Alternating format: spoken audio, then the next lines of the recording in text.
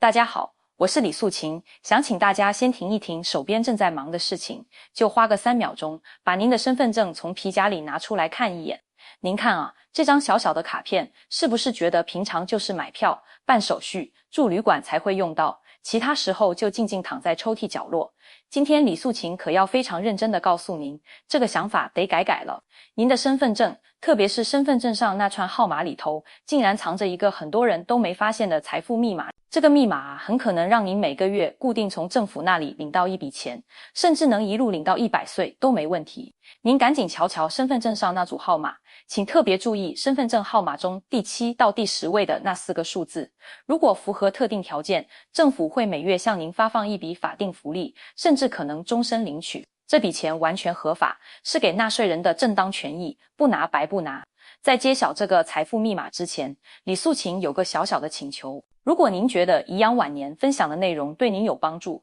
请务必点击下方订阅按钮，再把旁边的小铃铛打开，这样您就不会错过我们每一期关于养老福利、健康过日子，还有各种政策解读的实用信息了。也请您动动手，帮这支影片按个赞，并且在留言区留下支持2个字。您的每一个支持，都是李素琴和颐养晚年继续挖掘、继续分享这些宝贵资讯的最大动力。好啦，咱们闲话少叙，言归正传。这个身份证上神秘的财富密码到底是什么呢？其实它不是什么彩票中奖号，也不是什么复杂的密码，它就是您身份证上最重要，却也是最容易被大家忽略的4个数字，您的出生年份。您可能会纳闷，出生年份怎么能领钱呢？这背后的道理啊，其实特别简单，因为政府制定了很多福利补助政策，这些政策的发放标准都是跟年龄严格挂钩的。您的出生年份就决定了您的法定年龄，也就等于决定了您什么时候有资格去推开政府福利的那扇大门。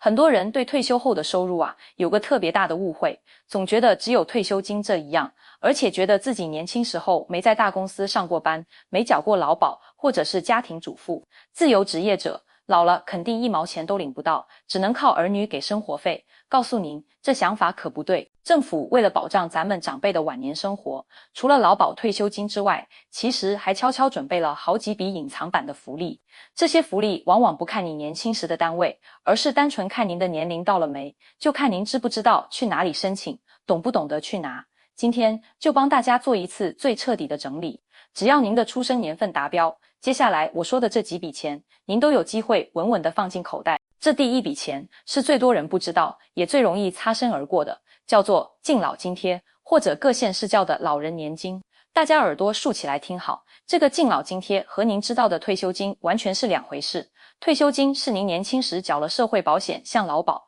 公保，老了领回来的保障，但敬老津贴不一样，它是政府专门发给高龄长辈的生活补助，是社会福利性质的钱。说白一点，只要您活到那个岁数，户籍也符合规定，政府就给您发钱。这是一种普及性的福利，不需要您年轻时缴过什么巨额的保费。那么具体的出生年份要符合什么条件才能领呢？这个标准在全台各地稍微有点不同，但大部分地区的门槛是设在65岁或者70岁，还有针对80岁以上长辈的加码补助。也就是说，如果您身份证上的出生年份算下来已经年满65周岁了，那您就已经拿到入场券了。有些县市财政状况比较好，政策更宽松，福利也更优厚。这笔钱有多少呢？一般是按年龄分级给的，年纪越大给的越多。比如有的地方规定，65岁到79岁的长辈每个月可能领到3000元到7000元不等的津贴，看具体资格而定。等到了80岁、90岁，这个数字会再往上跳。要是您福气大，寿命长，成了100岁人瑞，那更是不得了。很多地方逢年过节有万元大红包，每个月的营养金也是几千、上万块在发的。这几千块钱对富豪来说可能不算什么，但对咱们普通老百姓过日子，讲究的就是细水长流。这笔钱是白给的，是政府对咱们长寿长者的尊重和关爱。拿来买点菜，添点米面油，或者买点水果营养品给自己补身体，那可是非常实在的一笔收入。但现实是，真的有很多长辈完全不知道有这回事。李素琴身边就有个活生生的例子，我们社区有一位张阿姨，今年都82岁了，身体还挺硬朗，平时最爱在公园里跟人聊天。前几天我遇到她，就随口问了一句：张阿姨，您现在每个月敬老津贴领多少呀？像您这岁数应该领不少了吧？张阿姨当时就愣住了，一脸茫然地看着我说：什么敬老津贴？我没听说过啊。我年轻时候是自己做点小生意，没缴过劳保，现在就靠女儿每个月给我一些生活费，我又没有退休金，哪里有钱可以领？您看看，这就是典型的信息落差。张阿姨以为自己没缴劳保就没资格领任何钱，根本不知道敬老津贴跟劳保年资一点关系都没有。我赶紧告诉她，张阿姨，您这亏大了，您快拿身份证去区公所或里办公室问问，您这岁数肯定能领，而且是每个月都有。后来张阿姨听了劝，让女儿请假带她去区公所，一查果然符合资格，但工作人员也告诉她一个非常遗憾的消息，因为她晚了整整17年才来申请，从65岁算起，过去很多年的钱是不能补发的，或者只能补发最近很短一段时间。您帮张阿姨算算看，假设一个月是3000元，一年就是36000，10年就是36万，这17年下来，因为不知道这4个数字的秘密，等于白白损失了好几十万的养老钱。张阿姨回家后，那是后悔的直跺脚。所以荧幕前的各位朋友，大家一定要记住，年龄一到，第一时间就去申请，千万别让自己的权益睡着了。讲完了第一笔，咱们再来说说第二笔钱。这笔钱叫做国民年金，也就是大家常听的国保。这个也要重点说一下，因为很多人把它和劳工退休金搞混了，导致很多家庭主妇或农民朋友以为自己没份。如果您年轻时在公司或机关上班，公司给您缴了劳健保，那您退休领的是劳工退休金，这个大家都知道。但我们社会上还有几百万的家庭主妇，还有很多务农的朋友，或者年轻时打零工，没有固定雇主的朋友，年轻时没机会参加劳保，是不是老了就注定1毛钱都没有，只能看着别人领钱呢？绝对不是。政府为了保障这群没有劳保、公保、军保的朋友的晚年生活，特别建立了国民年金保险制度。只要您用身份证出生年份算出来，年满了65岁，而且您以前曾经参加过这个国民年金保险，就算您缴的年资不长，到了65岁，您照样每个月可以领一笔钱。这笔钱的计算公式里藏着一个大福利，它分 A 式和 B 式2种算法，政府会自动选对您比较有利的那种发给您。里面有个基础年金的概念，这就是政府直接给的保底福利，不管您自己缴了多少，只要符合特定条件，政府保证您每个月至少能领到一个基本金额。现在这个金额已经调到4049元，甚至更高了。这笔钱对很多一辈子操持家务、没有自己收入来源的妈妈们来说，就是一份稳稳的安全感。这里有个特殊情况要特别提醒大家，对于一些年纪特别大的长辈，比如现在已经70、80岁的，在政府刚开始推行这个政策的时候，2008年，如果他们当时已经年满65岁了，这部分长辈以前没机会缴保险费，那该怎么办呢？这就是所谓速回条款下的福利。以前有敬老福利生活津贴的转型机制，具体细节虽然有点复杂，但核心一点是，您得主动去问。您不去区公所的国民年金柜台问，不去找里长问，没有人会主动把钱送到您手上。您的身份证号码就在那，您不去用它，它就是一张塑料卡片。您用好了，它就是您每个月的存折。这第3笔钱是给特殊情况的，叫做特殊境遇家庭扶助或身心障碍补助。如果您的出生年份让您进入老年阶段，同时您的身体状况或家庭状况比较特殊，比如您持有身心障碍证明，或者被列为低收入户、中低收入户，那政府在普通福利之外，还会给您发额外的补助。像身心障碍者有生活补助和照顾补助，这些钱常常是可以和退休金同时领的，要看具体规定，并不是领了退休金就不能领别的。很多长辈怕麻烦，或觉得自己不符合条件，不好意思申请，甚至觉得申请这个有点丢脸。我劝您千万别这么想，这是政府给咱们弱势同胞最基本的保障，是咱们应得的权益，是用来维护生活尊严的。如果您的身体需要人照顾，政府还有长照 2.0 服务，比如每个月派照顾服务员上门帮您剪头发、洗澡、打扫家里，或者送几次餐。这些服务如果折合成现金，每个月也是一笔不小的数目。有的重度失能长辈，每个月的补助额度甚至能达到好几万元。除了这3笔直接发现金或等值服务的福利，身份证上的出生年份还决定了您可以享受很多免费的待遇。这些待遇虽不直接给钱，但能帮您省下很多开销。老话说得好，省钱就等于赚钱。下面也帮大家整理了2大类，第一个就是敬老卡带来的交通福利。现在全台各县市都有敬老卡，拿身份证去申请就能享受。只要您的出生年份显示您满65岁了，您就可以享受每个月固定点数的免费搭公车，甚至免费搭捷运、轻轨。您想想，现在搭一次公车起码15块，搭捷运远一点可能要30-50块。如果您常出门买菜、逛公园、去医院拿药、接送孙辈，一个月下来光交通费就能省下1-2千块，这难道不是福利吗？而且很多观光景点、国家公园、博物馆对65岁以上长辈凭身份证都是免费或半价。咱们辛苦了一辈子，老了有时间，正好拿着身份证免费去看看宝岛的美丽风景，去故宫看看国宝，多好！这不只省钱，更是鼓励长辈们走出去，心情好，身体自然更健康。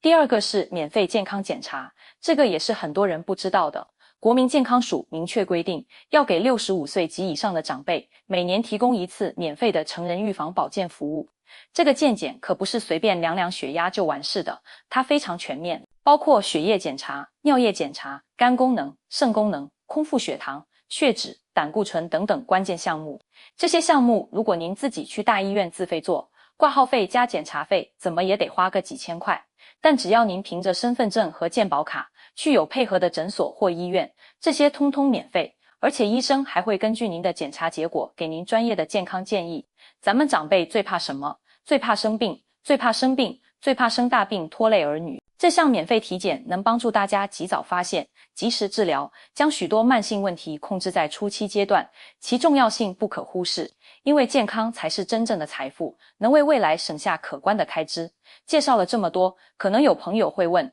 您说的我都明白了，也很愿意参与，但具体该如何申请呢？我担心流程不清楚，或材料没带齐，耽误时间。请放心，接下来就为大家逐步说明具体步骤，确保清晰易懂，您只需按指引操作即可。第一步是算年龄，大家现在就把身份证拿出来，看着第7到第10位那4个数字，用现在的年份2026年减去您的出生年份，算出您的足岁。注意，是足岁，不是虚岁。咱们老一辈习惯讲虚岁，但政府补助都是按身份证上的10岁算。看看您是不是满了65岁、70岁、80岁这些关键门槛。第二步是准备文件，去办任何手续前，先把文件准备好，免得白跑。最基本的文件就3样：第一，本人身份证正本；第二，户口簿正本；第三，也是最重要的，本人名下的金融卡或邮局存折复印件。因为政府发钱都是直接汇到账户，不会给现金。现在很多地方推广有金融功能的卡片，大家最好把这些证件都复印几份备着。如果是办身心障碍或低收入补助，还要带上身心障碍证明或相关核定公文。第三步是找对地方，这些业务通常是户籍地管理，也就是说，您的户籍在哪里，就去哪里的区公所、社会科或类似单位，或找您的里长办公室询问。如果您现在住台北，但户籍在南部老家，那可能得回老家的区公所申请，或者问问有没有跨区代办服务。到了地方，直接找承办人员，客气地说：“您好，我今年几岁了？想问问咱们这儿有没有敬老津贴或国民年金的政策，我想申请。”工作人员一般都会耐心告诉你，如果腿脚不便，可以让子女代办，或先打电话问问里干事。现在很多社区服务很好，甚至能为独居长辈上门办理。这里有个特别重要的环节要提醒大家，就是资格认证，也就是咱们常说的年度审查或生存认证。很多长辈申请完补助以为就没事了，结果过1年发现钱突然停了，吓得以为政府不发了。其实不是，这是为了防止有人过世后还被冒领。政府规定每年或定期要做一次生存认证，证明人还健在。现在科技发达，不用本人跑现场，很多时候用手机 APP 刷脸就能认证，或通过户政系统自动比对。这个操作对年轻人简单，但对长辈可能有点难。这时候就得麻烦家里年轻人帮帮忙，或去社区请工作人员协助。千万别忘了认证，忘了认证前真的会暂停发放。虽然之后补认证会补发，但中间断几个月，心里总不踏实，对吧？另外，还要多叮咛几句关于防诈骗的事。咱们讲了这么多领钱的好事，但也要提防坏人利用大家想领钱的心理来骗人。大家一定记住一点，政府发的所有这些补助，敬老津贴也好，国民年金也好，这些免费申请的福利，绝对不需要您先缴任何钱。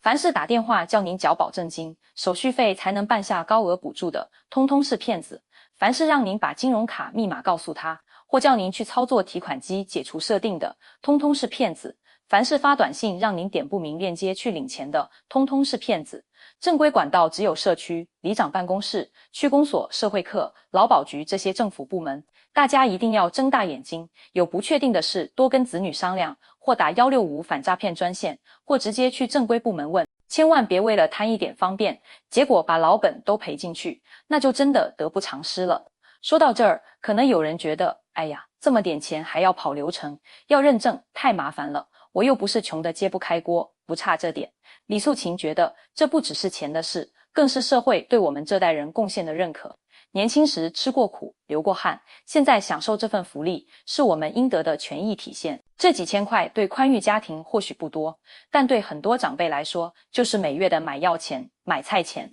有了它，给孙辈红包时更有底气，买菜时不用犹豫，晚年也能多一份从容与尊严。所以我不仅希望大家自己领，更希望您成为爱心传递者。很多长辈信息不灵，可能就因为不知道这些福利，日子过得紧巴巴。请您看完影片后，立刻分享给亲友，特别是1960年及以前出生的朋友。您的一次转发，或许就能帮他们每月多领几千块养老钱，这是实实在在的善举。如果你觉得今天聊的这些对你哪怕有一点点帮助，请千万别吝啬，给我点个赞，随便点击下右下角的小铃铛。好啦，今天的影片就到这，我是李素琴，希望今天的内容能实实在在的帮到您。祝愿所有长辈都身体健康，晚年幸福，荷包满满，日子越过越顺心。